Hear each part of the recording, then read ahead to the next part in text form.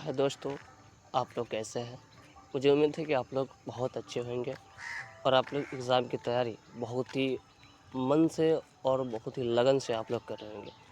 आप लोग की तैयारी कैसे है आप ज़रूर कमेंट बॉक्स में कमेंट करके बताएं। और साथ ही हमारे इस वीडियो से जो हमने वीडियो डाला उससे आपको कहाँ तक सपोर्ट मिल रही है, आप कमेंट करके ज़रूर ये सब बातें बताइएगा। आज फिर एक नई और एक लेटेस्ट वीडियो जो क्लास 12 की हिंदी का चैप्टर नंबर 1 यानी बातचीत।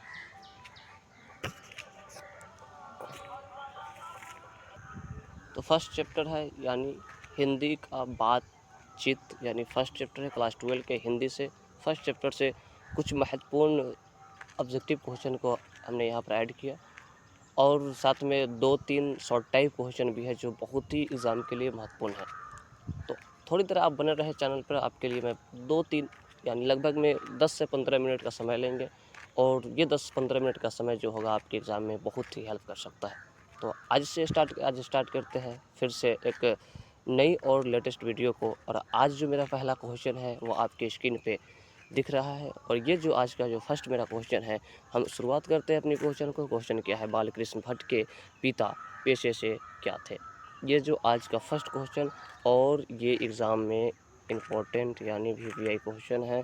इस तरह की क्वेश्चन पूछेगा तो आज हम दोनों बातचीत करेंगे कि वो बातचीत से भी बात करेंगे और इनके लेखक जो बालकृष्ण भट्ट है उनके बारे में भी हम थोड़ी बात करेंगे, उनकी जीवनी के बारे में बात करेंगे, उनके द्वारा अवार्ड्स के बारे में बात करेंगे, जो भी उनसे संबंधित जो क्वेश्चन बनते हैं एग्ज़ाम के लिए उन पर बात करेंगे और विशेषकर बातचीत जो हमारा चैप्टर है उन पर भी बात करेंगे और उनसे जो शॉर्ट टाइप और लॉन्ग टाइप जो इम्पोर्टेंट क्वेश्चन है जो जिसकी संभावनाएं अधिकतम हो सकती है कि इस बार एग्ज़ाम में वो पूछा जा सके बार बार, क्योंकि वो क्वेश्चन को पूछा जा रहा है इसलिए मुझे भरोसा है कि वो क्वेश्चन इस बार भी पूछे।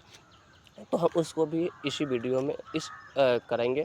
तो चलिए हम जो आज की सेशन की पहली क्वेश्चन की जो मैंने शुरुआत की, हम उसका पहला जो प्रश्न है वो बालकृष्ण भट्ट के पिता जो पेशे से क्या थे। तो ऑप्शन नंबर ए में है चिकित्सक, ऑप्शन नंबर बी में है व्यापारी, ऑप्शन नंबर सी में शिक्षक और ऑप्शन नंबर डी में समाज सेवी है। आपके लिए 2 सेकंडों का टाइम है, आप इसका जवाब कमेंट बॉक्स में ज़रूर दें, फिर मैं इसका आंसर बता रहा हूँ। चलिए टाइम ख़त्म हुई, इसका आंसर जो है यानी बी, ऑप्शन नंबर बी व्यापारी। तो फर्स्ट नंबर क्वेश्चन यानी क्वेश्चन नंबर 1 का आंसर ऑप्शन नंबर बी यानी व्यापारी है। तो इसका करेक्ट आंसर व्यापारी हो गया। आज का जो मेरा दूसरा क्वेश्चन है और बहुत ही महत्वपूर्ण क्वेश्चन है वो क्वेश्चन है बातचीत। हमने कहा कि दोनों से बात करेंगे यानी चैप्टर से भी और लेखक से भी, दोनों को मिश्रण करके मैंने जो भी क्वेश्चन इम्पोर्टेंट है और एग्ज़ाम में पूछने की अधिकतम संभावना है उसकी है। और जहाँ तक हमें ये भरोसा है कि इस तरह के क्वेश्चन हर साल बन रहे हैं, तो इस साल भी आपको ऐसे ऐसे क्वेश्चन मिलेंगे। और 13 क्वेश्चन है, हम इसमें से कम 7-8 का गारंटी लेते हैं कि 7-8 आपके एग्ज़ाम में रहेंगे। तो बातचीत शीर्षक निबंध के अनुसार रस का समुद्र किनकी बातचीत में उमड़ा चला आता है। यानी बातचीत शीर्षक निबंध के अनुसार रस का समुद्र किनकी बातचीत में उमड़ा चला आता है। तो ऑप्शन नंबर है दो हम सहेलियों की बातचीत में, ऑप्शन नंबर बी है 2 पुरुषों की बातचीत में, ऑप्शन नंबर सी है 2 बच्चों की बातचीत में और ऑप्शन नंबर डी है 2 मूर्खों की बातचीत में। तो इसका जो करेक्ट आंसर है ऑप्शन नंबर ए यानी 2 हम सहेलियों के बातचीत में। तो 2 का option number A correct answer है, 2 हम सहेलियों के बातचीत में। ठीक है, नेक्स्ट क्वेश्चन जो है भट्ट निबंधमाला के लेखक कौन है। आपको हम शुरू में ही बताएं, शुरू में जब हमने इंट्रोडक्शन दिया और साथ में मैंने चैप्टर के बारे में थोड़ा हल्का ही बात किया, उसमें बताया कि जो बालकृष्ण भट्ट यानी जो है बातचीत उसके लेखक कौन है और साथ में भट्ट निबंधमाला के लेखक कौन है। जो आज का मेरा जो तीसरा क्वेश्चन है वो भट्ट निबंधमाला के लेखक कौन है। ऑप्शन में बालकृष्ण भट्ट, बी में सच्चिदानंद हरिनंद वात्स्यायन और सी में जगदीश चंद्र माथुर और डी में मोहन राकेश। तो आज का तीसरे नंबर क्वेश्चन का जो करेक्ट आंसर है वो ऑप्शन नंबर ए यानी बालकृष्ण भट्ट। यानी 3 नंबर क्वेश्चन का जो करेक्ट आंसर है ऑप्शन नंबर ए यानी बालकृष्ण भट्ट इसका करेक्ट आंसर है। तो आज के चौथा क्वेश्चन जो है वह है बातचीत के माध्यम से बालकृष्ण भट्ट क्या बुलाना चाहते हैं, क्या बतलाना चाहते हैं। तो ये जो चैप्टर है बातचीत उसके लेखक बालकृष्ण भट्ट है। वो क्या मतलब बातचीत से वो क्या बताना चाहते हैं समाज के लोगों को नहीं, उसके माध्यम से वो क्या बताना चाहते हैं। तो बातचीत, ऑप्शन ए में बातचीत की शैली, ऑप्शन बी में है भाषण की शैली, और सी में संवाद की शैली, और डी में इनमें से कोई नहीं। तो जो इसका जो करेक्ट आंसर है 4 का करेक्ट आंसर है यानी ए, 4 का option number A correct answer है यानी बातचीत की शैली। जो बालकृष्ण भट्ट है, चैप्टर का भी नाम है जो बातचीत। और ये बातचीत अब ये मतलब देखा जाए तो अटपटा सा मतलब चैप्टर एक कहानी है कि बातचीत, लेकिन लेखक का मकसद अटपटा नहीं है। लेखक का मकसद है कि हम ये बातचीत से लोगों को क्या बताना है, यानी बात करने की शैली। अगर बात करने की जो शैली अगर हमारी अच्छी होगी तो हम हर जगह पे सही होंगे। ठीक है, बात करने की अगर शैली मुझे अच्छा हो, बात करने का तरीका हो, अगर बात करने की हमें जो एक टैलेंट होता है, अगर उस तरह के टैलेंट अगर अच्छी हो तो हम हर जगह सफल हैं। क्योंकि एक आप लोग मतलब देहात से अगर होंगे तो एक कहावत सुने होइएगा कि जो ज़ुबान है वही लात खिलाता है और वही मिठाई भी खिलाता है। तो एक बात करने का जो तौर तरीका है हमें समाज में ऊंचा स्थान पर भी ले जाता है, और बात करने का तरीका हमें समाज में नीचा ले जाता है। तो वो बालकृष्ण भट्ट ने बातचीत कहानी के माध्यम से हमें बातचीत करने की शैली को बताने की प्रयास किए हैं। आज का जो नेक्स्ट क्वेश्चन है, बातचीत साहित्य की कौन सी विधा है। बातचीत साहित्य की कौन सी विधा है। उपन्यास है, कहानी है, निबंध है या फिर नाटक है। 4 ऑप्शन आपके सामने दिया है। जो आज का इसका 5वां नंबर का करेक्ट आंसर जो है वो सी यानी निबंध है। ये एक लेख है, यानी ये वाक्य शक्ति के ऊपर लिखा गया एक लेख है, यानी बात करने के तौर तरीका पर लिखा गया एक लेख यानी निबंध है। इसको हम लेख भी हिंदी में बोलते हैं। तो ये बातचीत पर लिखा गया लेख है। ये हमारे लिए मोस्ट इम्पोर्टेंट है, एग्जाम में इस तरह के क्वेश्चन 100% पूछने के चांस रहता है। तो ये क्वेश्चन है बातचीत साहित्य। तो 5 का correct answer option number C यानी निबंध इसका सही है। तो आज का नेक्स्ट जो क्वेश्चन है, और क्वेश्चन नंबर 6, बालकृष्ण भट्ट को हिंदी का एडिशन और स्टील किसने कहा। इम्पोर्टेंट क्वेश्चन जो 2025 एग्ज़ाम के लिए बहुत ही महत्वपूर्ण है। ये क्वेश्चन रहेगा क्योंकि एडिशन और स्टील किसने कहा था बालकृष्ण भट्ट को हिंदी का एडिशन और स्टील किसने कहा था। ऑप्शन नंबर ए में रामचंद्र शुक्ल ने, ऑप्शन नंबर बी में हजारी प्रसाद त्रिवेदी ने, सी में प्रेमचंद्र ने, और डी में नामवर सिंह ने। तो इसका जो करेक्ट आंसर है 6 का option number A Ramchandra Shukla ने। रामचंद्र शुक्ल ने बालकृष्ण भट्ट को हिंदी का स्टील और एडिशन कहा था। ठीक है, तो 6 नंबर क्वेश्चन का option number A correct answer है। चलिए आगे हम आज बढ़ते हैं अगला क्वेश्चन की तरफ। अगला क्वेश्चन जो है, बालकृष्ण भट्ट की रचना यानी बातचीत क्या है।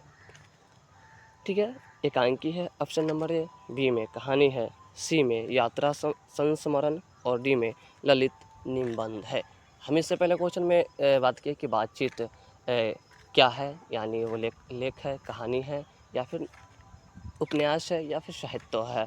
तो हमने उसमें देखा था कि उसका आंसर निबंध था। इसका जो करेक्ट आंसर होगा वो क्या होगा।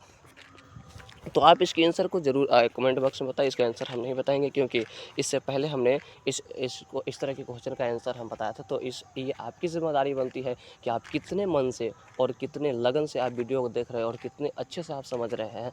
तो इसका आंसर आप ज़रूर कमेंट बॉक्स में बताएं। इसका आंसर हम नहीं देंगे क्योंकि इससे संबंधित क्वेश्चन का आंसर मैंने पहले दे दिया था। चलिए नेक्स्ट क्वेश्चन की तरफ चलते हैं। नेक्स्ट क्वेश्चन में बातचीत शीर्षक निबंध के अनुसार जो कुछ मवाद या धुआं जमा रहता है वह भाप बनकर निकल पड़ता है कैसे।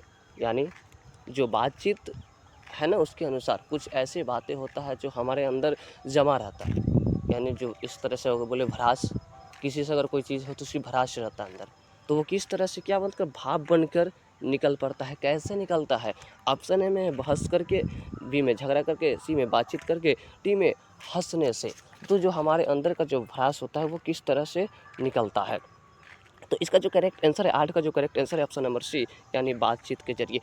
अगर मान के चलिए कोई चीज़ का भड़ास अगर किसी के अंदर है, कोई तकलीफ़ है, अगर कोई मन में दुख है या कोई परेशानी में हम मुब्तला है, परेशानी में फंसे हैं, तो उसकी अगर हमें कम करना है, हमारी बोझ को कम करना है, तो हम किसी अपने से, कभी किसी खास से, कोई जो मेरा अपना है, जो मुझे समझ सके, जो मेरे दुखों को अपना दुख समझ सके, उससे हम बातचीत करके अपने मनों को हल्का करते हैं ना। गाँव देहातों में, अब गाँव से आप बिलोंग करते हैं तो गाँव में आप सुने होंगे कि अगर दुख मतलब बात करने से दुख बांटते हैं, यानी ना अपनी दुखों को हम दो दोस्तों के बीच में, दो करीबियों के बीच में अपने दुख को हम बांट सकते हैं। तो इस तरह की यानी बातचीत करने में जो हमारे अंदर का जो तकलीफ़ें होती है, जो भड़ास होता है, जो दर्द होता है, हम एक दूसरे से बातचीत करके उस दर्द को हम बाहर निकाल लेते हैं। तो ये ऐसा नहीं है कि उस बात करने से हमारी दुख ख़त्म हो जाती है, ऐसा बात नहीं है। लेकिन ऐसा है, अगर कोई हम किसी से हम अपना दुख करें, अगर वो मुझे उस चीज़ में सपोर्ट करे, तो मुझे सहारा मिलती है और मेरा जो टेंशन होता है वो धीरे धीरे थोड़ा कम हो जाता है। तो इसका जो करेक्ट आंसर है यानी सी, बातचीत के जरिए। अगला क्वेश्चन यानी 9 नंबर जो क्वेश्चन है,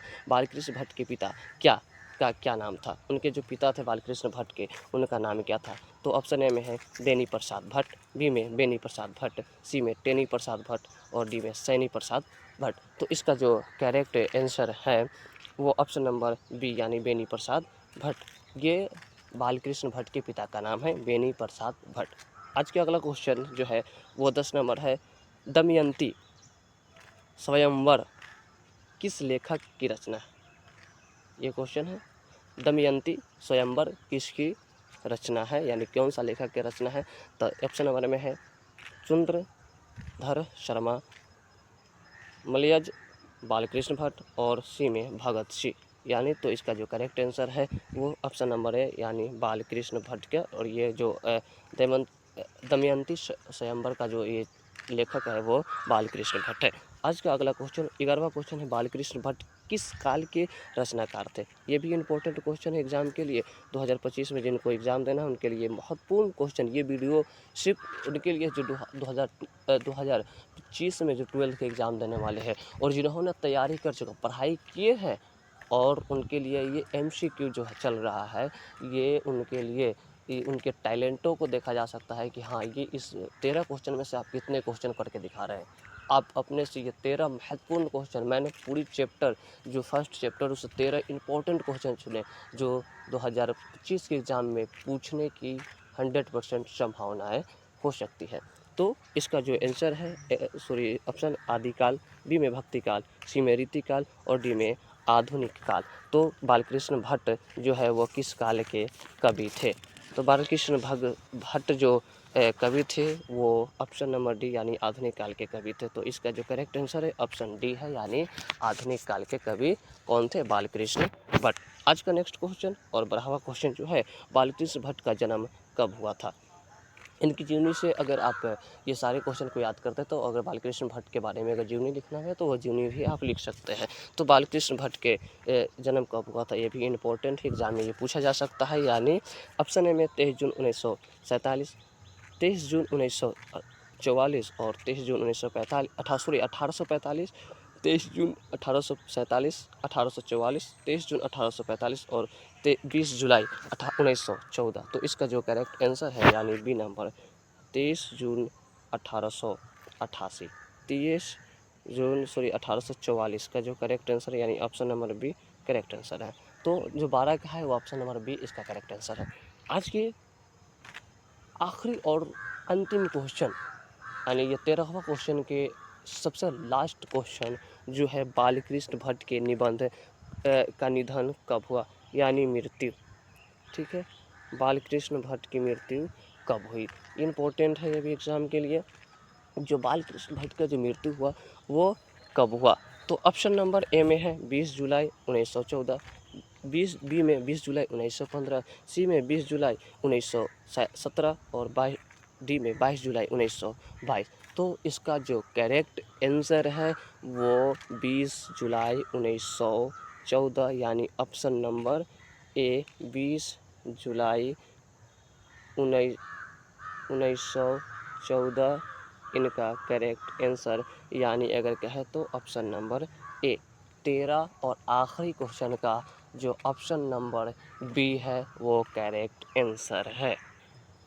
और ये मेरा जो है ऑब्जेक्टिव का क्वेश्चन समाप्त हुआ। अब हम बढ़ते हैं अपने नेक्स्ट क्वेश्चन की तरफ, और वो क्वेश्चन होगी जो शॉर्ट टाइप, जो बहुत ही महत्वपूर्ण है। मैंने 3 शॉर्ट टाइप को चूज किया जो 2025 के एग्ज़ाम के लिए बहुत ही इम्पोर्टेंट है। हम उसके तरफ बढ़ते हैं, और वो आज का जो मेरा पहला क्वेश्चन होगा आपके स्क्रीन पर, वो अब भी उस क्वेश्चन को हम दिखाते हैं। वो क्वेश्चन कौन कौन से हैं जो 2025 के एग्ज़ाम में पूछे जा सकते हैं।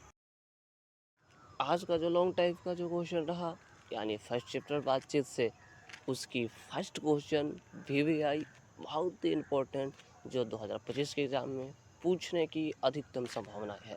तो आप बने रहे वीडियो के अंत तक, और इस पूरी क्वेश्चन को हम पूरी आपके माइंड में उतार देंगे। कोई याद करने की ज़रूरत नहीं आपको, हम इसे समझाएंगे जैसे आपको बहुत ही अच्छे से समझ में आए, और आप याद भी ना करना पड़े और आप इसको लिख लें।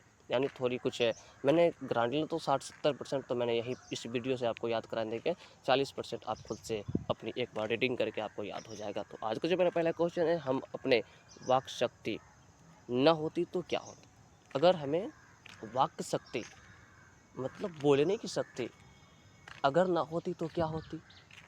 ये एक बहुत ही मतलब आश्चर्य क्वेश्चन है, और ये एक सोचने वाली है कि अगर आप सोचिए कि एक जिसके पास गूंगा होता है, जो बोल नहीं पाता है, वो किस तरह का जीवन उसका होता है।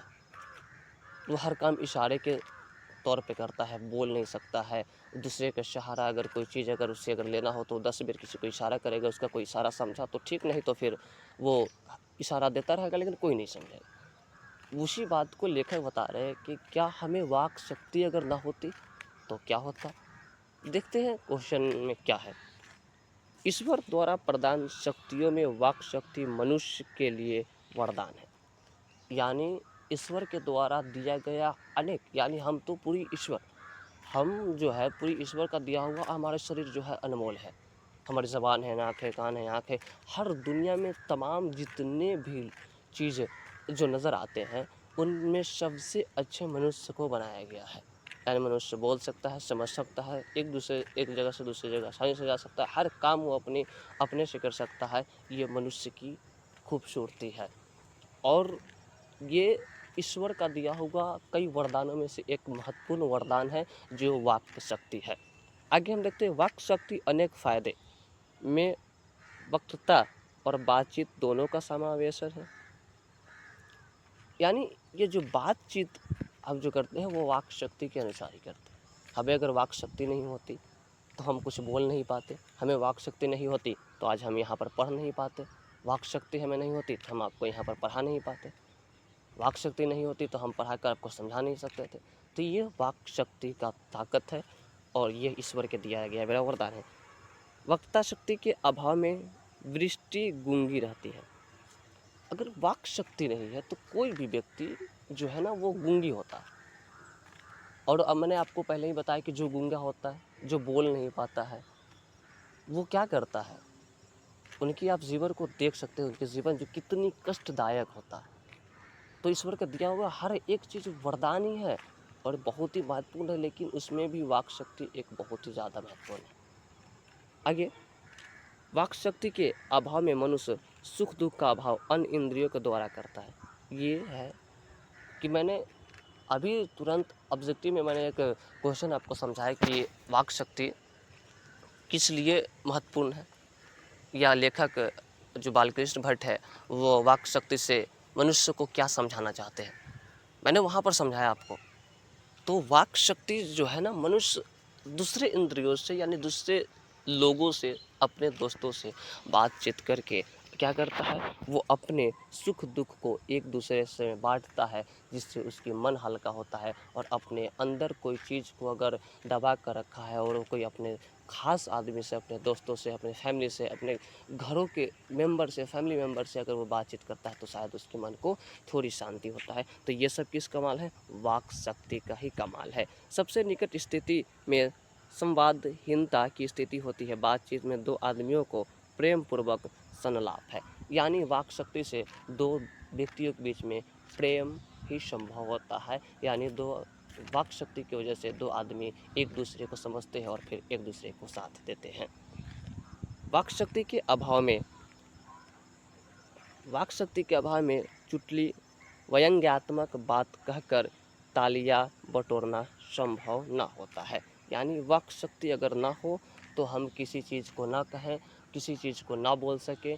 और वाक शक्ति के कारण जब हम कभी किसी स्टेज पे जाकर स्पीच देते हैं तो वाक शक्ति के कारण ही पूरी उस सभा में जितने भी लोग रहते हैं हमारी वाक शक्ति से प्रभाव होकर वो तालियां बजाते हैं। तो आज का जो मेरा पहला क्वेश्चन रहा वो ये रहा कि हमें वाक शक्ति ना होती तो क्या होती। और आप ये समझ सकते हैं अगर हमें वाक शक्ति नहीं होती तो हम अपने दुखों को नहीं बांट सकते थे। अगर वाक शक्ति नहीं होती तो हम पढ़ नहीं सकते। वाक शक्ति नहीं होती तो हम एक दूसरे के बीच में प्रेम भाव नहीं हो सकता। अगर हमारे अंदर वाक शक्ति नहीं होती तो हम एक गूंगे की तरह होते। और हमारे अंदर अगर वाक शक्ति ना होती तो फिर हम अपनी स्पीच को देकर और एक मजलिस में स्पीच को देकर तालियां नहीं बिटोरते। तो ये है आज का मेरा जो है फैसला क्वेश्चन, अगर वाक शक्ति ना होती तो क्या होती। ये एग्जाम के पॉइंट ऑफ व्यू से इम्पोर्टेंट है। इस क्वेश्चन को आप पूरी तरह से याद करके रखेंगे। आज का जो मेरा नेक्स्ट क्वेश्चन है, जो लॉन्ग टाइप का नेक्स्ट क्वेश्चन है, वो बातचीत संबंध बेन जॉनसन और एडिसन ने क्या विचार दिए थे। जो बातचीत है ना, वो बातचीत में एडिसन के क्या विचार थे और साथ में बेन जॉनसन का क्या विचार था, वो बातचीत से वो क्या विचार देना चाहते थे, हम इस क्वेश्चन को हम देखेंगे। ये भी इम्पोर्टेंट क्वेश्चन है, मोस्ट इम्पोर्टेंट है, एग्ज़ाम में पूछने की संभावनाएं है। उनका क्या है कि मनुष्य की गुण दोष प्रकट करने के लिए बातचीत आवश्यक है। अब आप यहाँ पर दोष जो है, ये दोष से ये मत समझिएगा कि किसी के अंदर का गलत काम, ठीक है। दोष का मतलब उसके अंदर की गुण भी हो सकती है, दोष भी हो सकती है। वो अच्छा हो सकता है दोष, या बुरा हो सकता है दोष। कोई अगर बुरा है तो उसे ये नहीं कहेंगे वो दोषपूर्ण है, कोई अच्छा है तो भी दोषपूर्ण है, क्योंकि उसमें अच्छाई है। दोष है लेकिन कैसा है, अच्छाई है। जो भी दोस्त होता है वो अच्छा होता है, दोस्त खराब नहीं होता, दोस्त अच्छा होता है। और 10th वाले जो बच्चे होंगे उनके चाहे आप इंटर में गए हो तो 10th की पढ़ाई तो करवे के ये होगा। 10th में जो है वो क्या होता, एक दूरदृष्टि और निकट दृष्टि, यानी आप पढ़े होइएगा यानी नेत्र से, तो इस तरह से जो दोष होता है वो अच्छा होता है। तो क्या है, मनुष्य की गुण और दोष यानी अच्छाई और बुराई कब प्रकट नहीं हो सकती, यानी बातचीत से ही आवश्यक है। यानी उसकी गुण के बारे में पता लगाना है, अगर उनके बारे में जानकारी लेना है कि वह कैसे व्यक्ति है, तो वो बातचीत से ही संभव हो सकते हैं। विदाउट बात के हम किसी के बारे में ये नहीं कह सकते हैं कि वह व्यक्ति अच्छा है या बुरा है। तो जब भी हम अगर एक दूसरे से बातचीत करेंगे तभी हमें पता चलता है कि सामने वाला जो व्यक्ति है वो कैसा है, अच्छा है या बुरा है। बेन जॉनसन के अनुसार बोलने से ही मनुष्य के रूप में साक्षात्कार होती है। यानी बोलने से ही मनुष्य ज्ञानी होता है। बोलने से, पढ़ने से, लिखने से ही मनुष्य साक्षात्कार होता है। जो सर्वथा उचित है एडिसन के मात्रा अनुसार, यानी उनकी मत है, असल बातचीत सिर्फ दो व्यक्तियों में ही हो सकती है। जो बातचीत होती है, एडिसन का मानना है कि जो बातचीत हो सकती है वो केवल दो व्यक्तियों के ही बीच हो सकती है। यानी दो व्यक्ति हो, उनके बीच में असल ही बातचीत होती है, जिसका तात्पर्य यह हुआ कि जब दो आदमी होते हैं तभी अपना एक दूसरे के सामने दिल खोलते हैं। क्या, यानी जब दो आदमी आमने सामने होते हैं तभी वो एक दूसरे से दिल खोलते हैं। अब एडिसन का क्या मानना है, एडिसन के मानना यही है कि जब असल जो बातचीत है वो दो आदमियों के बीच में हो। फिर उन्होंने आगे बताया कि वो दो आदमियों के बीच तभी दो आदमियों के बीच तभी मतलब जब दो आदमी एक दूसरे के सामने होता है तभी वो अपनी पूरी दिल खोलता है। अब आप कल्पना कीजिए, जब हम एक दूसरे से कभी अपने रिलेशन का कोई दूर दराजों में कोई रह रहा है, बाहर में है, हम फ़ोन पे बात करते हैं तो पूरी उस तरह से बात नहीं कर सकते जैसे हम आमने सामने बात करते। कुछ बातें हैं जो हम ओपन करते, कुछ बातें हम जिसको छुपा कर करते। तो हर एक चीज़ को मैं फ़ोन पे बता नहीं सकते, और जब भी कोई व्यक्ति आमने सामने हो, यानी हम जहाँ हो वहीं पर वो आदमी हो, तो हम अपनी पूरी दिल खोल देते हैं और दिल में जितनी भी बातें होती हैं हम सारी बातें उन्हें हम आराम से बता देते हैं। ठीक है, आगे क्या बता रहे हैं कि तीसरी की उपस्थिति मात्र ही बातचीत का धारा बदल जाती है। बहुत ही इंपॉर्टेंट बात ये जो लाइन है, ये उन्होंने एडिसन ने बहुत ही ज़्यादा अच्छे से बताया कि बातचीत यानी जब तीसरे आदमी, हम जब दो आदमियों के बीच में बातचीत चलती है तो तीसरे आदमी जैसे ही एंट्री करता है, बातचीत का जो धारा होता है ना, बातचीत का जो धारा होता है, यानी जिस धारे पर, जिस लाइन पर, जिस पॉइंट पे बात हो रही थी, उस पॉइंट को बदल देते हैं। हम जब कभी दो आदमी मिलकर ख़ास बात करते होते हैं, अपनी पर्सनल बात करते होते हैं, जब तीसरा आदमी आ जाता है तो हम अपनी बात को रोक कर फिर हम अपनी दूसरी बात करना स्टार्ट कर देते हैं। यानी जब भी कोई तीसरा आदमी आता है तो हम अपनी धारा को बदल कर फिर दूसरे मुद्दे पर हम लोग बात करने लगते हैं। यही तरह से एक बात पूरी, जब भी क्या बोलते हैं ना, प्यार मोहब्बत, ये जो है ना, जब हम एक दूसरे से करते हैं प्यार, और जब तक ले वो रिश्ता नहीं टूटते, जब तक ले कोई तीसरा एंट्री ना हो जाए। जब कोई तीसरा एंट्री कर देता है तो फिर हमारी मोहब्बत भी टूट जाती है। बस उसी तरह से एडिसन ये बताना चाहते हैं कि जब हम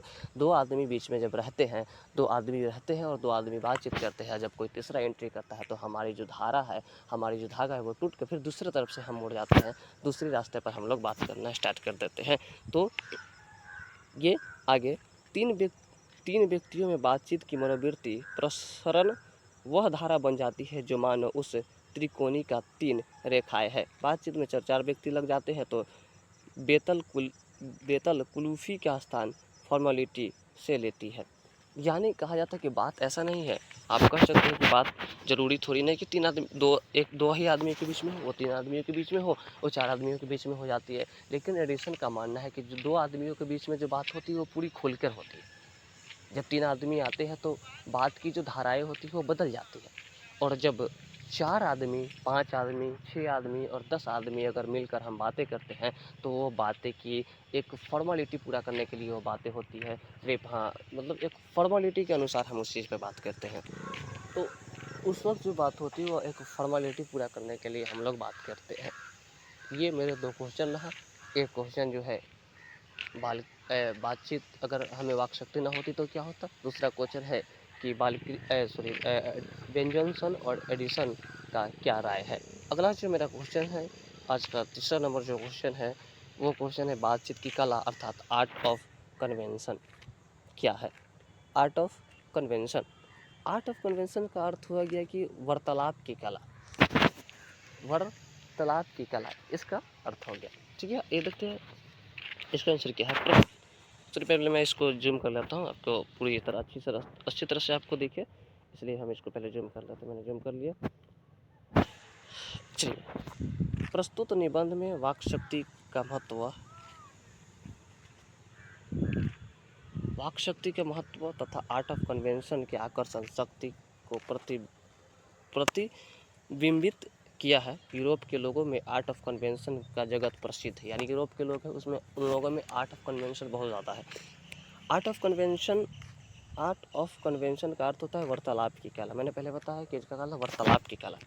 आर्ट ऑफ कन्वेंशन के हुनर बराबरी, स्पीच और लेख दोनों कर पाते हैं। यानी आर्ट ऑफ कन्वेंशन यानी जब हमें वार्तालाप की कला होती है, बोलने की कला होती है, या एक दूसरे से बात करने की कला होती है, वह क्या है, स्पीच और लेख दोनों के बराबर होती है। इस हुनर की पूर्ण शोभा काव्य कला प्रवीण विद्मंडली में है। इस कला में माहिर व्यक्ति ऐसे चतुराई से प्रसंग छोड़ते हैं कि श्रोताओं के लिए बातचीत कर्णप्रिय तथा सुखदायी होती है। सुखद गोष्ठी इसी का नाम है।